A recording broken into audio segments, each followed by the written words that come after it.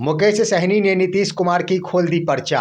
हार के बाद भी सहनी का जलवा है बरकरार। दोस्तों नमस्कार, मैं हूं आपका दोस्त एसके चौधरी। आखिर सन ऑफ मल्लाह मुकेश सहनी का हार के बाद भी जलवा बरकरार है। बीते कल की वो घटना जब एक कार्यक्रम नहीं था, एक शोकाकुल परिवार से मिलने पहुंचे थे, ढाढ़स दिलाने पहुंचे थे उस परिवार को, जहां उनका स्वागत हजारों कार्यकर्ताओं और आम जनता के द्वारा किया गया। उसी वक्त यह महसूस हुआ कि हार के बाद भी सन ऑफ मल्लाह मुकेश सहनी का जलवा बरकरार है, क्योंकि उनका यह जलवा प्रस्तुत करता है कि अभी भी आम जनता उनके दर्शन को जरूर तरसती है। आइए दोस्तों, आज के इस वीडियो में हम चर्चा करते हैं कि आखिर मोतिहारी जाने के क्रम में मुकेश सहनी ने मुख्यमंत्री श्री नीतीश कुमार की भी पर्चा खोल दी है। क्या कुछ पर्चा में लिखा गया है, आइए विस्तार पूर्वक चर्चा करते हैं। लेकिन इससे पहले अगर आपने अभी तक हमारे इस चैनल शौर्या हिंदी न्यूज़ को सब्सक्राइब नहीं किए होंगे तो कृपया अभी सब्सक्राइब कर लेंगे।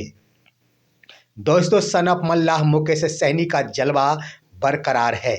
लोग कहते हैं, और मीडिया जो गोदी मीडिया के नाम से जानी जाती है, कहना होता है कि शायद मुकेश सहनी की राजनीति समाप्त हो गई। लोगों का कहना होता है कि मुकेश सहनी अब तो कहीं के नहीं रहे। लेकिन दोस्तों, बीते कल की बात, जब उनका दौरा हुआ था मोतिहारी जिले का, और उस मोतिहारी जिले के एक गांव में उनका आगमन हुआ था शोकाकुल परिवार को ढाढ़स बढ़ाने के लिए।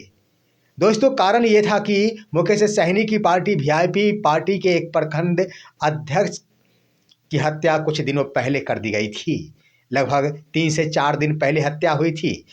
उन्हें प्रखंड अध्यक्ष के शोकाकुल परिवार से मुलाकात करने पहुंचे थे वीआईपी सुप्रीमो मुकेश सहनी। उनके दरवाजे पर पहुंचे थे। कोई कार्यक्रम का निर्धारण नहीं हुआ था।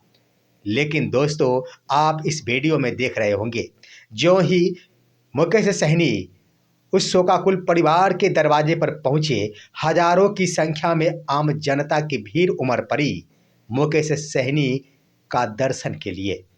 आम जनता जो हजारों की संख्या में थी, उन्होंने मुकेश सहनी का स्वागत किया।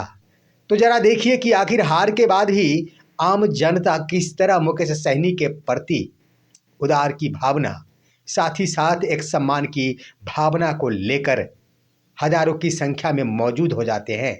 इससे स्पष्ट होता है कि मुकेश सहनी भले ही चुनाव में एक भी सीट नहीं जीत पाए, मुकेश सहनी की करारी हार हो गई।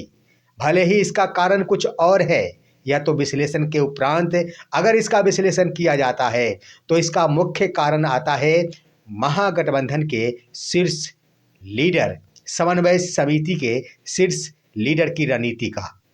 लेकिन भले ही चाहे जो भी कारण हो, चुनाव हार जाने के बाद मुकेश सहनी का जलवा जरूर बरकरार है।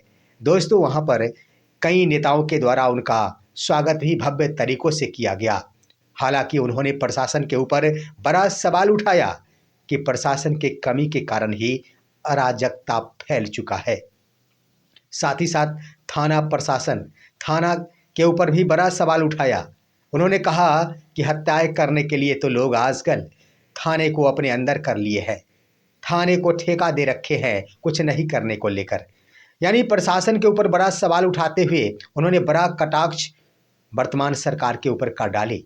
लेकिन दोस्तों, मोतिहारी जाने के क्रम में उन्होंने मुख्यमंत्री श्री नीतीश कुमार का पर्चा भी खोल दिया।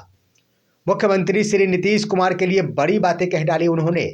उनका कहना था कि अभी तो मुख्यमंत्री नीतीश कुमार से सिर्फ गृह विभाग छीना गया है, लेकिन आने वाले दिनों में भाजपा के द्वारा नीतीश कुमार से उनका मुख्यमंत्री का पद भी छीन लिया जाएगा।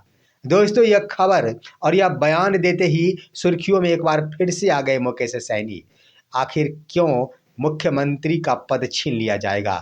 मुकेश सहनी कुछ यूं ही बयान नहीं देते, ये भी स्पष्ट हो रहा है। दोस्तों, ये झलक भी सामने है, क्योंकि इतनी अपार सफलता मिल जाने के बाद भी ना तो बीजेपी और ना ही जदयू में आपसी समन्वय ठीक हो पाया है। क्योंकि दोस्तों, भारी तनातनी हुई थी गृह मंत्रालय को लेकर। गृह मंत्रालय लेने के लिए भाजपा अड़ी हुई थी तो जदयू अड़ी हुई थी, लेकिन अंततः भाजपा के खेमे में चला गया गृह मंत्रालय। दोस्तों, गृह मंत्रालय बहुत पावरफुल होता है। सरकार मुख्यमंत्री के प्रति उत्तरदायी, मुख्यमंत्री के लिए किया जाने वाला, मुख्यमंत्री के लिए काम करने वाला कोई और विभाग नहीं, गृह विभाग ही होता है।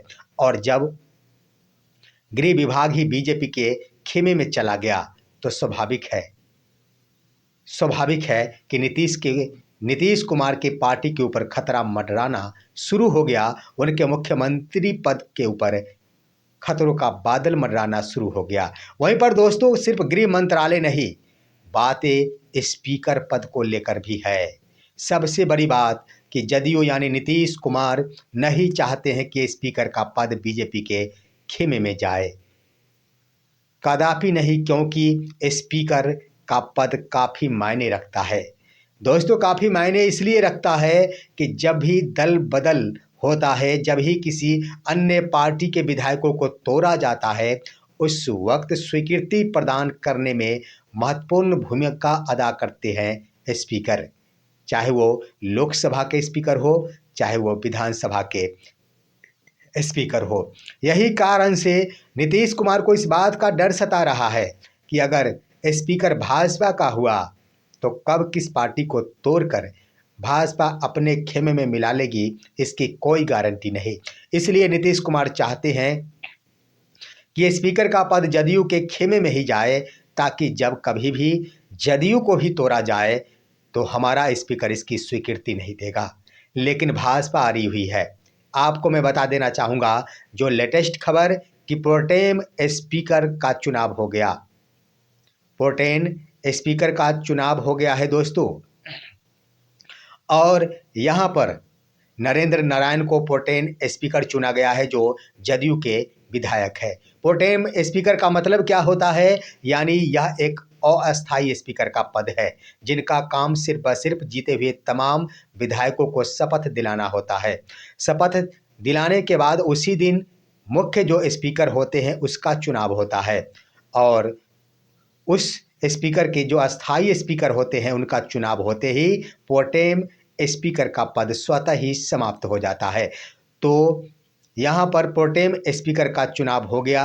उन्होंने राज्यपाल के सामने शपथ भी ले ली है, लेकिन अब बारी आ गई है स्पीकर पद को लेकर। अभी भी बीजेपी की ओर से मंथन क्या पूरी तरह दबाव में ला दिया गया है जदयू को कि भाजपा का ही स्पीकर बनेगा, और इसके संबंध में नाम भी घोषित हो रहा है प्रेम कुमार का, जो बीजेपी लीडर है वो स्पीकर बनेंगे।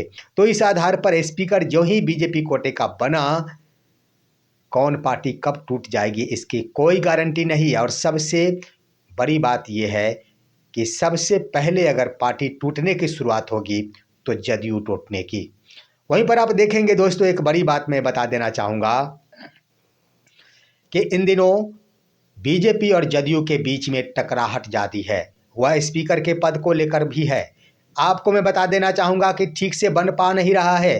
25 नवंबर 2025 को कैबिनेट की बैठक आयोजित करने की बातें हुई थी, नीतीश कुमार के द्वारा कैबिनेट बैठक बुलाने की बातें हुई थी, लेकिन जो खबर प्राप्त हो रही है उसके अनुसार अब कैबिनेट की बैठक नहीं होगी। आखिर क्यों नहीं होगी? इसका कारण है बीजेपी और जदयू में सही से बन पा नहीं रहा है। दोनों ही अपने अपने राहों पर, एक तरफ जहां नीतीश कुमार अपनी पार्टी का अस्तित्व बचाने में लगे हुए हैं, अपनी इज्जत बचाने में लगे हुए हैं, वहीं पर भाजपा के द्वारा हर हाल में सत्ता में वापसी की तैयारी की जा रही है।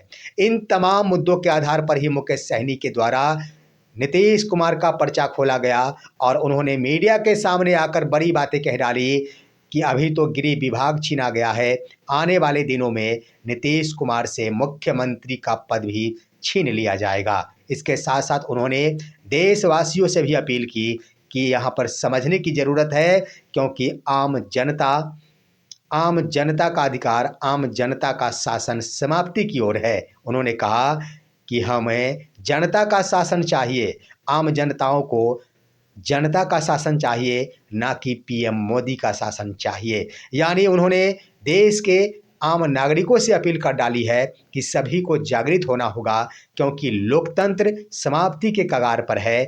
जहां पर आम जनता का शासन चलना चाहिए, वहां पर सिर्फ बस सिर्फ प्रधानमंत्री नरेंद्र मोदी ही अपनी शासन चलाते हैं।